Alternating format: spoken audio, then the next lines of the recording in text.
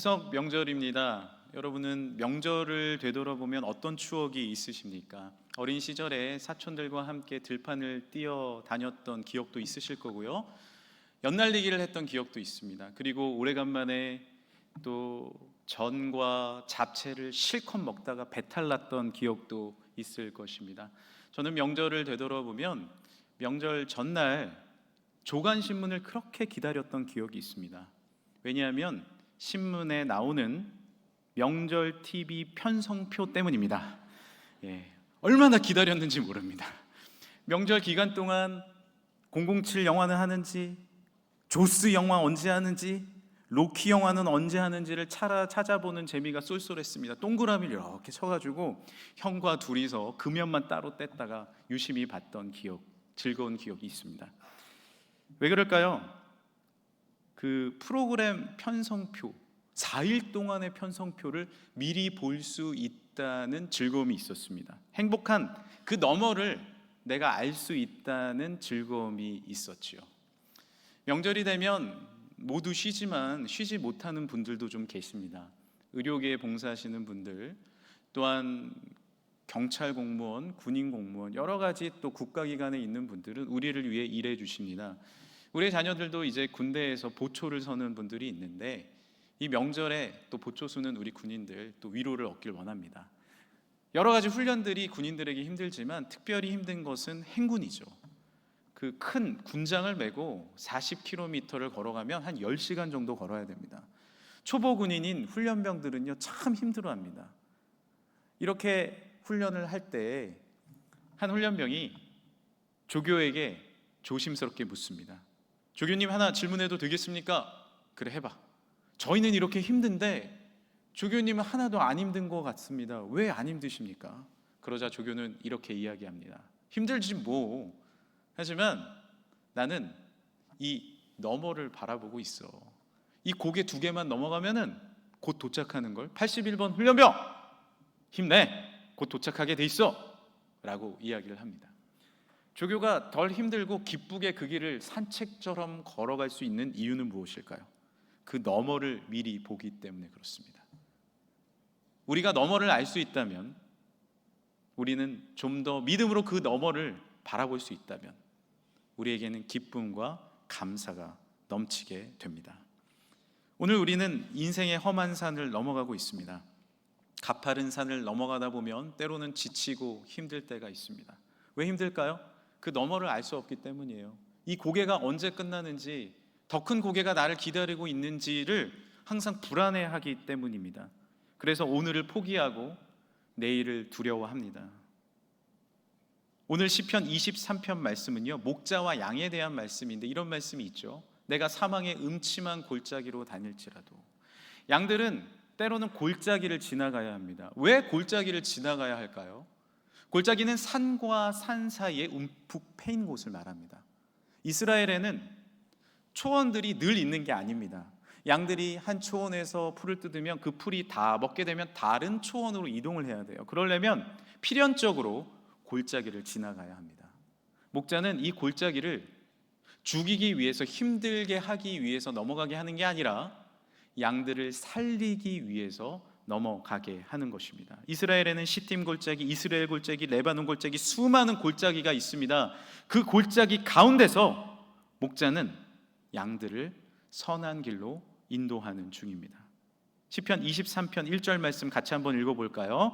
여호와는 나의 목자시니 내게 부족함이 없으리로다. 다시요. 시편 23편 1절 말씀입니다. 여호와는 나의 목자시니 내게 부족함이 없으리로다. 그가 나를 푸른 풀밭에 누이시며 쉴 만한 물가로 인도하시는도다. 다윗은 목동이었습니다. 목동은 양을 사랑하는 자입니다. 양과 동거동락하죠. 그리고 양이 새끼를 놓을 때는 그 새끼를 받아냅니다.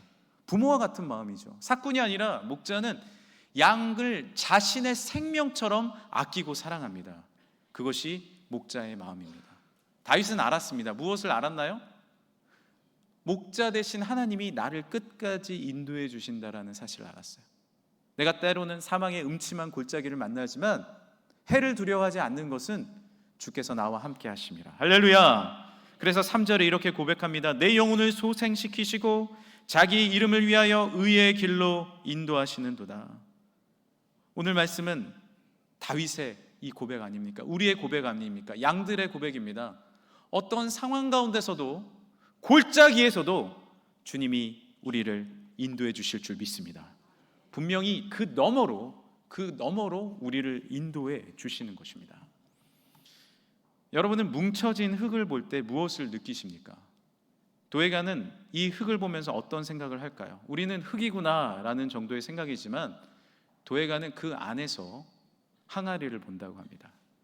그 안에서 만들어질 등잔을 그 너머로 이미 본다고 합니다. 그리고 그 보이는 대로 조각을 하는 것이 훌륭한 도예가입니다. 그 작품 속에서 그 너머의 창조물을 보는 것이죠. 저는 4명의 자녀들을 키우면서 여러 가지 양육의 모습을 경험하게 됐습니다. 제가 첫째를 20대 후반에 키웠는데 그때는 너무 어린지라 초보 아빠였어요.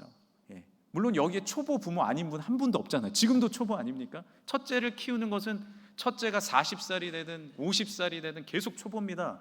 그러니까 마음이 불안해지는 거예요.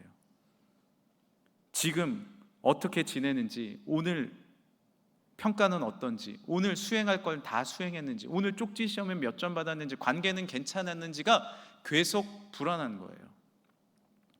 다급하게 자녀를 키울 수밖에 없습니다. 그런데 10년 터울로 셋째, 넷째를 키우다 보니까 다른 양육의 마음을 갖게 됩니다. 좀 더 너머를 볼 수 있는 마음이 생겼어요. 이때는 아이들이 말을 안 들었지, 당연한 거야, 좀 지나면 괜찮아지겠지라는 생각이 듭니다. 얘가 이 점수를 못 받아왔으면 다른 것을 좀 더 잘하겠지, 하나님이 이 아이를 향한 계획이 무엇일까라는 그 너머를 보는 좀 더 넉넉한 마음이 주어진 것이 사실입니다. 우리가 골짜기 가운데 머물러 있으면 오늘을 불안해합니다. 그러나 주님께서 분명히 우리를 동행하고 계시고 우리와 함께 하신다는 그 너머를 바라볼 때 우리에게 여유와 넉넉한 마음과 믿음이 생기게 될 줄 믿습니다. 우리 가정을 향한, 우리 사업을 향한, 나의 삶을 향한 하나님의 계획이 있으십니다. 그 계획을, 그 너머를 바라보는 오늘 이 아침이 되길 간절히 소망합니다. 목회를 하다 보면 수많은 교인들의 삶을 함께 기뻐하고 슬퍼하게 됩니다. 생사고락을 함께 하게 되죠. 때로는 아픔 가운데 있는 분들을 보시면 저의 마음도 많이 아파요. 그리고 기쁜 일을 겪으시면 저도 기쁩니다. 그런데 그 일을 제가 겪어가면서 한 가지 깨달은 것이 있습니다. 지금 닥친 그 일이 절대로 전부가 아니다라는 사실이죠. 때로는 기쁜 일이 있지만 교만해서 무너질 수도 있는 겁니다. 때로는 슬프고 어려운 일이 있지만 오히려 그 골짜기를 통하여 더 성장케 해주시는, 성장의 거점으로 삼으시는 하나님의 놀라운 계획이 있음을 바라보게 됩니다. 그 시선이 주어졌을 때 좀 더 믿음으로, 감사로 나아갈 수 있게 되는 것이죠. 사업을 하시는 한 집사님이 계셨어요. 그런데 갑자기 법적 문제가 생겼습니다. 경제적으로 어렵게 되셨어요. 기도 제목을 나누십니다. 목사님, 저 큰일 났습니다. 이제 위기가 닥쳤습니다. 저 어떻게 해야 되죠? 함께 기도했습니다. 함께 주님을 의지했습니다. 그런데 놀라운 일이 벌어진 거예요. 한쪽 문이 분명히 닫혔는데, 나아갈 길이 없었는데 주님은 더 좋은 문을 계획하고 계셨던 겁니다. 힘들고 어려워서 모든 것이 끝날 것 같았지만 하나님의 계획과 섭리는 너무 위대하셔서 더 좋은 길로 열어주셔서 결국에는 신앙도 성장하고, 할렐루야, 하나님께서 사업의 문도 더 좋게 열어주시는 은혜의 거점 가운데 나아가게 됐다는 것이죠. 때로는 골짜기에 머물면서 우리는 조급해집니다. 하나님, 어떡합니까? 이 골짜기 가운데 내가 어디로 나아갑니까? 하나님, 이 협곡을 만났습니다. 어떻게 해야 됩니까? 그런데 너머를 바라보세요. 목자 되신 주님과 함께 너머를 바라보세요. 하나님의 크신 계획이 분명히 있는 줄 믿습니다. 문이 닫히면 또 다른 문이 열리게 되어 있습니다. 우리의 인생은 절대로 단면이 아닙니다. 우리의 인생은 입체입니다. 단면으로 바라보면 모든 것이 끝나고 어려운 것 같지만 입체로 바라보고, 근데 왜 나오시는 거예요? 입체로 바라보면 달라지는데 그걸 보여주기 위해 나오신 거죠? 예. 자, 여기에 바이블이 하나 있는데 여러분 성경 단면입니까? 예, 단면이 아니에요. 입체입니다. 성경의 문을 열면 그 안에 문이 열리는 거예요. 우리가 어린이 주일에 봤던 빅북이죠. 열리게 될 때 하나님의 계획이 보입니다. 어떤 어려움도 어떤 아픔도 절대로 단면이 아닙니다. 그런데 우리는 계곡에 서서 그 협곡에 서서 하나님 어떡합니까? 내 인생이 끝났습니다. 아니에요. 문이 열리는 거예요. 그 사망도 그 어떤 것도 우리를 막을 수 없습니다. 새로운 문을 열어주시는 거예요. 문이 열리면 저 삼촌도 구원을 받고 할아버지도 구원을 받고 할머니도 구원을 받고 하나님께서 능력과 은혜로 우리와 함께 하시는 줄 믿습니다. 그만두세요. 감사합니다. 어디서 많이 본 장면 같아요. 감사합니다. 1, 2부 때 더 잘했는데 상당히 부끄러워하시네요. 3부 때. 네, 감사합니다. 골짜기에서 단면을 보지 마십시오. 우리는 위기를 만나면 두려워 떱니다. 그리고 위기를 만나면 눈앞이 캄캄해지고 얼어붙습니다. 숲에서 들짐승을 만나잖아요. 우리는 끝났다라고 생각합니다.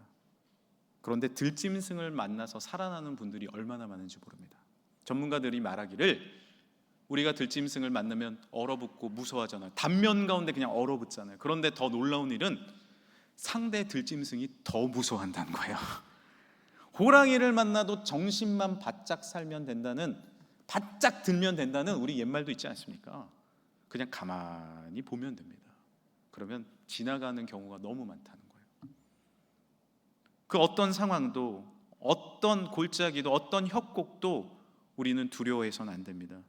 주님을 바라보고 주님을 의지하면 주님께서 십자가와 부활의 문을 분명히 열어주실 줄 믿습니다. 그렇다면 구체적으로 어떻게 우리가 인생의 골짜기에서 그 너머를 바라볼 수 있을까요?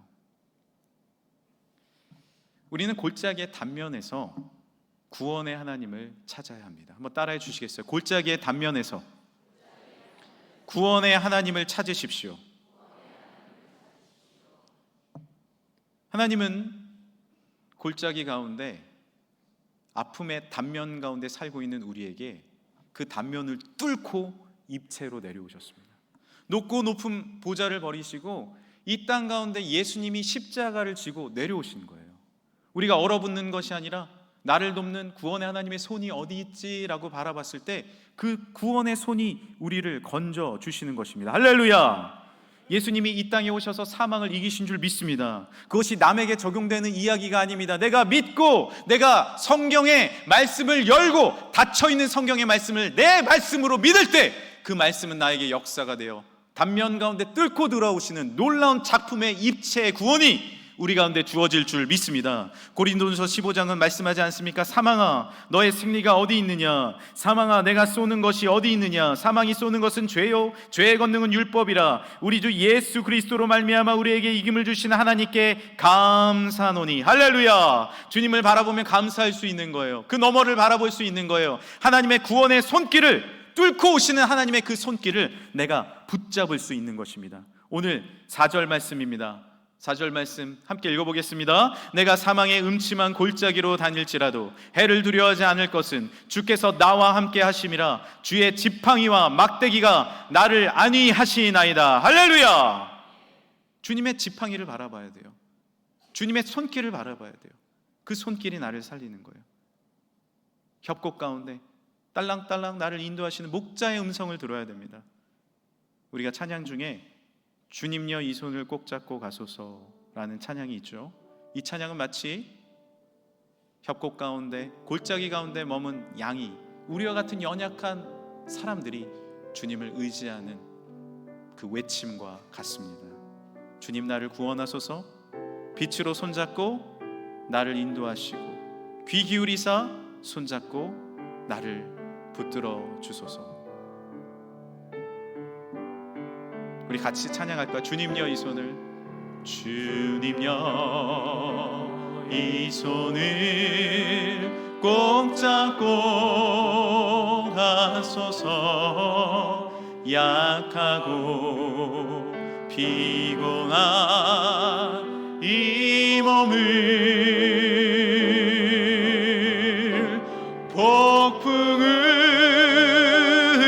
감속 해치사 빛으로 손잡고 날 인도하소서.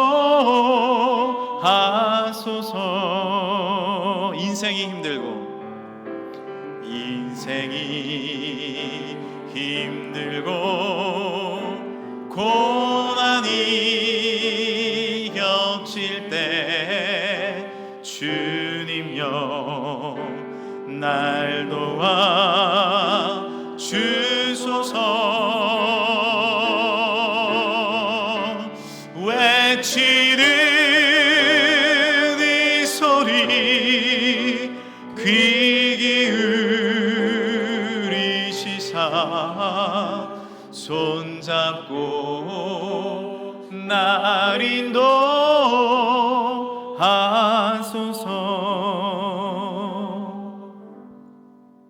골짜기에서 주님의 숨결을 느낄 수 있어야 돼. 할렐루야. 골짜기에서 하나님을 바라볼 수 있어야 됩니다. 얼어붙는 것이 아니라 다시 한번 눈을 들어서 나와 함께 하시는 목자의 손길을 바라보시길 간절히 소망합니다. 그 막대기가, 그 지팡이가 나를 살립니다. 어린아이들이 어떤 상황 속에서도 두려워하지 않는 방법은 무엇입니까? 아버지의 손을 붙잡는 거예요. 저도 아이들의 이렇게 손을 붙잡고 가다 보면 별별 일이 다 생깁니다. 어리면 어릴수록 별별 일이 다 생기는 거예요. 빗길에 가면 그냥 미끄러집니다. 아이가 제 손에 대롱대롱 달려 있어요. 눈길을 지나가다 보면 같은 길인데도 계속해서 애가 미끄러집니다. 제가 손잡아주지 않으면 애는 그대로 엎어지는 거예요. 그러나 차가 많은 가운데도, 위험한 어둠 가운데도 아버지의 손을 꼭 잡고 있으면 그 아이는 넘어지지 않습니다.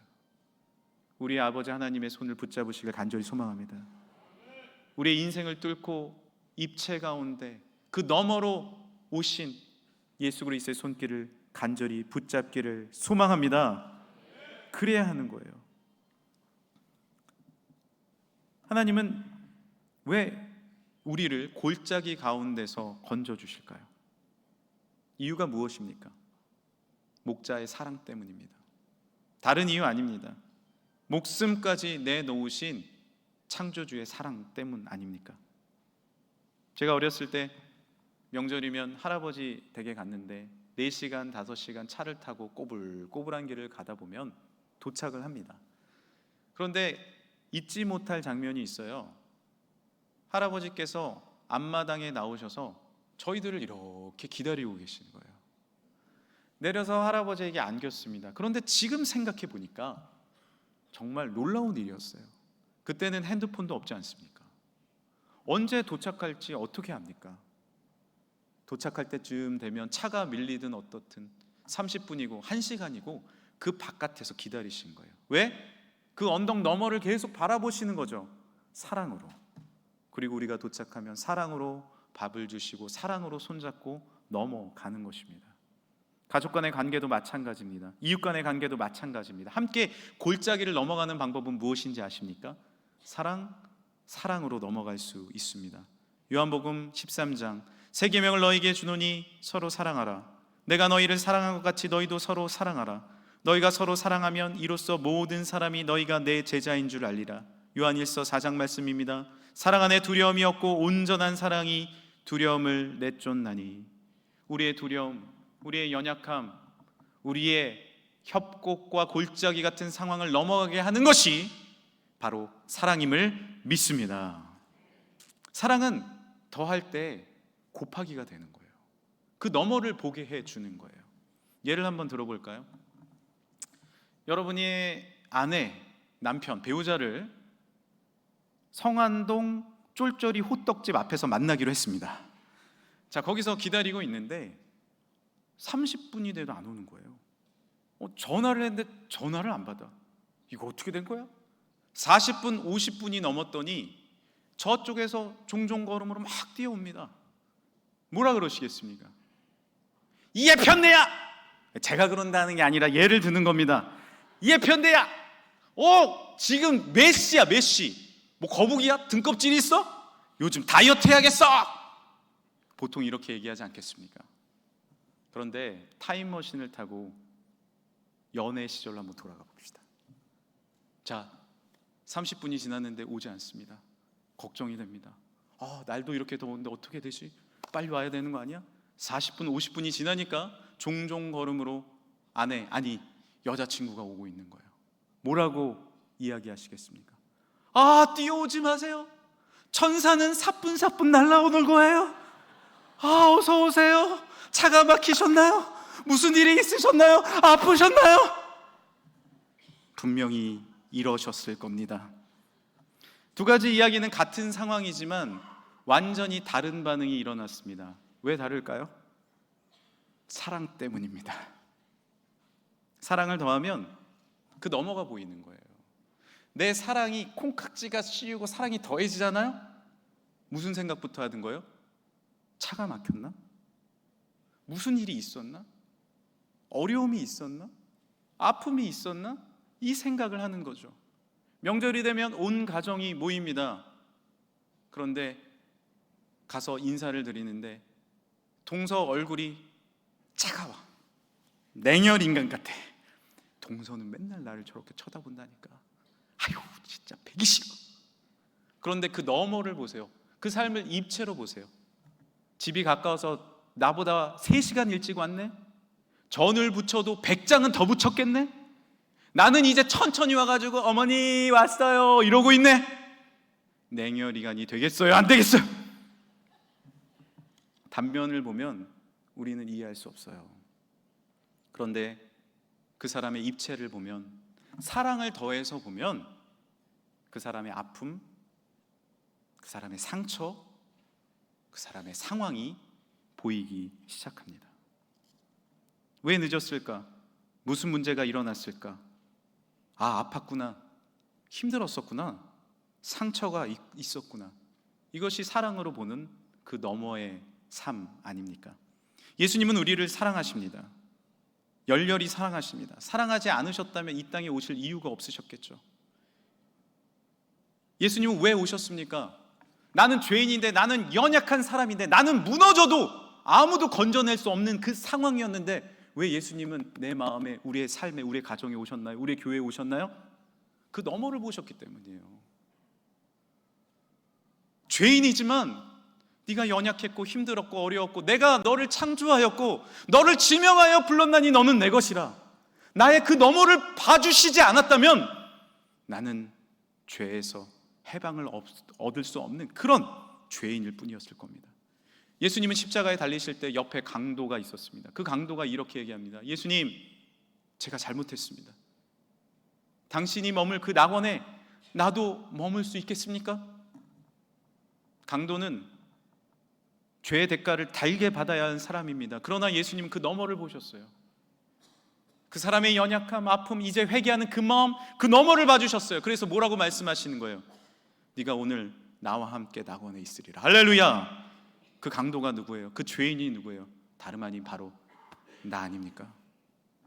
너머를 봐주신 예수 그리스도의 그 사랑 때문에 내가 여기 있습니다. 이제 우리도 그 너머를 바라볼 수 있어야 돼요. 내 삶을, 단편적인 내 삶을 입체로 만드신 주님 앞에 감사하며 사람의 입체를 볼 수 있어야 됩니다. 무슨 상황이었는지, 어떤 마음이었는지. 사춘기 소녀들을 키우시는 부모님과 할아버지 할머니들은 참 힘드실 겁니다. 아이들이 집에 들어오면 문을 쾅 닫고 밥 먹었어요? 이러고 나오지도 않습니다. 화가 납니다. 속이 상합니다. 그런데 그 너머를 볼 수 있다면, 요즘 아이들 얼마나 불쌍한지 몰라요. 전교 5등이든 100등이든 200등이든 다 힘듭니다. 왜? 비교당하고 있거든요. 한국 사회에서 학생으로 산다는 것은 쉬운 일이 아닙니다. 그 너머를 바라볼 수 있다면 우리가 좀 더 이해할 수 있지 않을까요?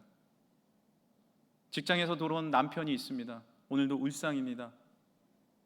집에서 집안일을 한 내가 화딱지간합니다. 그러나 어려운 이 경제 상황 가운데서 최선을 다하고 돌아온 그 남편의 너머가 보이지 않으십니까? 집안에서 하루 종일 일한 수많은 일을 감당한 아내의 너머가 보이지 않으십니까? 우리의 삶을 입체로 볼 수 있다면, 사랑으로 볼 수 있다면 우리가 좀 더 이해할 수 있지 않을까요? 이번 추석에 서로에 대한 사랑을 더하시길 바랍니다. 사랑을 더하시길 바랍니다. 만약에 내 사랑이 부족하다면, 내 인간적인 사랑으로 사랑할 수 없다면 주님 앞에 사랑을 구하시길 바랍니다. 주님은 말씀하셨어요. 약속하셨어요. 마태복음 7장에 약속하셨어요. 구하라 그리하면 너에게 주실 것이요, 찾으라 그러면 찾아낼 것이요, 문을 두드리라 그리하면 너에게 열릴 것이니 구하는 이마다 받을 것이요, 찾는 이는 찾아낼 것이요, 두드리는 이에게는 열릴 것이라. 할렐루야. 우리의 사랑이 부족하면 하나님의 사랑을 구할 때 하나님께서 풍성한 하나님의 사랑을 허락해 주실 줄 믿습니다. 빌립보서 4장 19절입니다. 함께 읽어보겠습니다. 나의 하나님이 그리스도 예수 안에서 영광 가운데 그 풍성한 대로 너희 모든 쓸 것을 채우시리라. 주님은 풍성하십니다. 할렐루야. 그 사랑은 풍성하세요. 죽어도 남음이 있는 게 예수 그리스도의 사랑입니다. 내 사랑이 부족하다고요? 아니에요. 하나님께 구하면 하나님이 부어주세요. 인간의 사랑은 한계가 있습니다. 우리는 오늘도 실패할 수 있어요. 또 오늘도 넘어질 수 있어요. 그러나 하나님의 사랑을 구해 보십시오.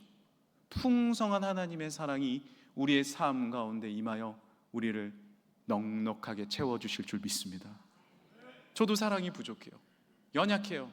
그래서 하나님 앞에 구해야 돼요. 하나님이 은혜 주시면 넉넉해집니다. 나누고도 남는 사랑이 나에게 주어집니다. 내 힘이 아닙니다. 그래서 이번 명절에 잘하셨습니다. 오늘 하나님 앞에 예배하러 이렇게 나올 때, 주의 집에 머물 때 우리에게 사랑이, 그 인자하심이 영원하게 되는 것입니다. 할렐루야. 시편 23편 6절입니다. 내 평생의 선하심과 인자하심이 반드시 나를 따르리니 내가 여호와의 집에 영원히 살리로다. 주님의 집에 나온 자마다 주님께서 풍성한 은혜와 사랑을 부어 주실 줄 믿습니다. 변함없으시고 모자르지 않은 하나님의 사랑이 이 시간에 하늘로부터 내 안에 채워지는 거예요. 풍선을 띄우는 방법이 여러 가지 있죠. 풍선이 내려오면 퍽 치면 됩니다. 그러면 한참 위에 있다가 또 내려오죠. 또 퍽 칩니다. 또 올라가서 내려오죠. 우리 인생이 이와 같은 것 같아요. 사랑해야지. 오늘도 내 자식들 사랑해야지. 저녁에 오면은 그냥 아주 그냥 속상해. 또 다짐하는, 내 구역 식구 사랑해야지. 화딱지나. 또 내려오면 또 치는 거, 주여. 그런데요, 다른 올라가는 방법이 있어요. 헬륨을 넣어보세요. 그러면 올라가지 말라고 해도 붕붕붕붕 올라갑니다. 성령입니다. 할렐루야. 성령이 임하셔야 돼요. 성령이 오셨네. 성령이 오셨네. 내 주에 보내신 성령이 오셨네. 우리 인생 가운데 친히 찾아오셔서 그 나라 꿈꾸게 하시네. 어떻게 우리가 그 나라를 꿈꿀 수 있어요? 어떻게 우리가 그 다음을 바라볼 수 있어요? 어떻게 그 다음에 놀라운 축복의 문을 볼 수 있습니까? 그 너머를 바라보는 삶, 성령의 축복이 우리 가운데, 그 사랑이 우리 가운데 임하기를 간절히 축복합니다. 이제 마지막으로 한 이야기 드리고 마치겠습니다. 2003년 한 연구진이 전쟁에서 군인이 위험한 전투 가운데 무릅쓰고 적군에 맞서 싸우는 동기가 어디 있을까라는 것을 연구했어요. 다시 말씀드리면, 전쟁 가운데 어떻게 무서운 그 전쟁 가운데 싸울 수 있을까라는 것을 연구한 거죠. 이 가운데 전쟁을 겪으신 분은 몇 안 되실 것입니다. 아주 두려운 것입니다. 총탄이 날아다닙니다. 어떻게 거기서 내가 전우들을 지키며 살아갈 수 있을까요? 애국심 때문일까요? 책임감 때문일까요? 강력한 훈련 때문일까요? 의무감 때문일까요? 이 연구진은 이라크 전쟁에 참전했던 미군을 대상으로 설문조사와 연구를 실시했습니다. 그런데 나온 연구 결과는 깜짝 놀랄 일이었습니다. 다른 것이 아니라 전우회 때문에 살아남았다는 겁니다. 전우의 시체를 넘고 넘어 앞으로. 이 노래 부르면서 살아남는 거예요.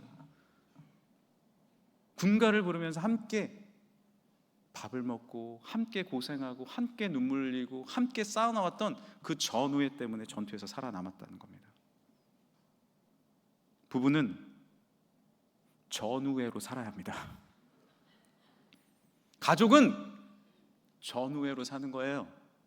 우리 사랑하는 교우들이여, 이 치열한 영적 전쟁 가운데 주님과 함께 믿음의 사랑으로 전우회로 살아남는 모두가 되길 간절히 소망합니다. 주님은 그 뜨거운 사랑으로 이 땅에 오셨습니다. 우리를 살리시기 위한 목적으로 사탄 마귀와 싸워 죽음을 짓밟아 주셨습니다. 이제 주님과 함께 다시 한번 사랑으로 일어나 이 협곡 가운데서 골짜기 가운데 머무르지 않고 주님과 함께, 우리의 대장 되신 주님과 함께 손잡고 나아가는 자마다 전쟁에서 승리할 줄 믿습니다. 더 사랑하십시다. 더 이해하십시다. 단면이 아닌 입체로 우리 인생을 바라보시길 간절히 소망합니다.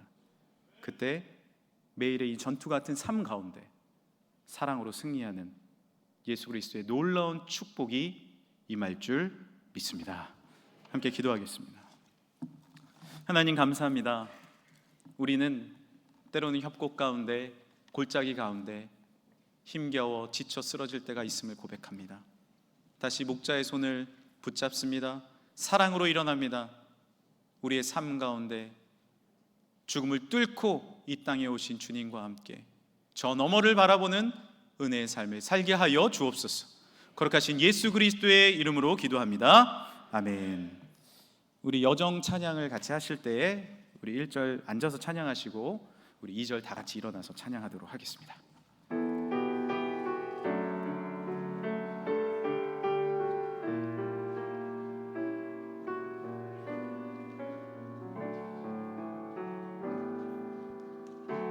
나의 눈가에 주름이 지고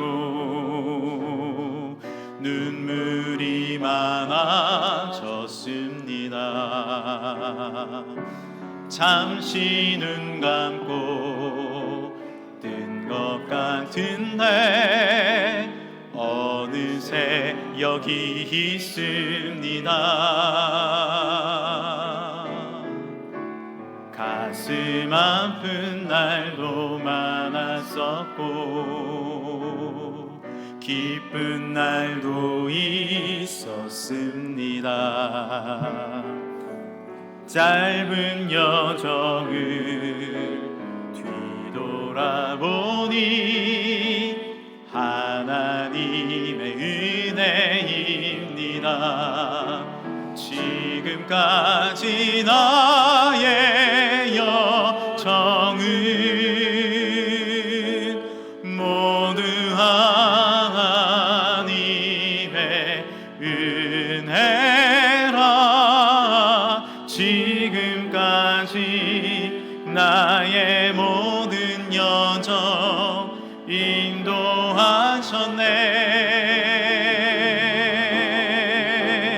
나의 남은 모든 여정을 모두 하나님께 맡기리라. 나의 모든 삶 마치는 날까지 붙드시리. 다 같이 일어나서 찬양하겠습니다. 가슴 아픈 날도 많았어. 우리 마음에 손을 얹고 찬양할까요? 기쁜 날도 있었습니다. 짧은 여정을 뒤돌아보니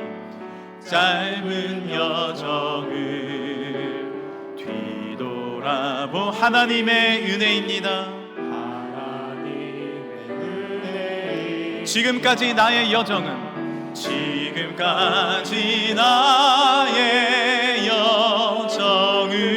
아멘. 모두 하나님의 은혜입니다.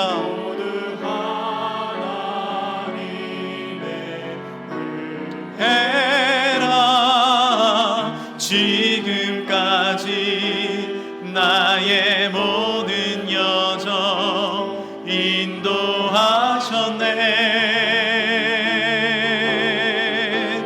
나의 남은 모든 여정을 모두 하나님께 맡기리라. 나의 모든 삶 마치는 날까지 붙드시리. 우리 한 번 더 찬양하겠습니다. 두 손을 들고 지금까지 나의 여정, 지금까지 나의 여정을 주님을 바라보시면서 모두 하나 나의 문을 열어주시고 새로운 문을 열어주실 주님 앞에 감사하며 믿음으로 찬양합시다. 나의 모든 여정 인도하셨네. 나의 남은 모든 여정을 모두 하나님께 맡기리라. 하나님께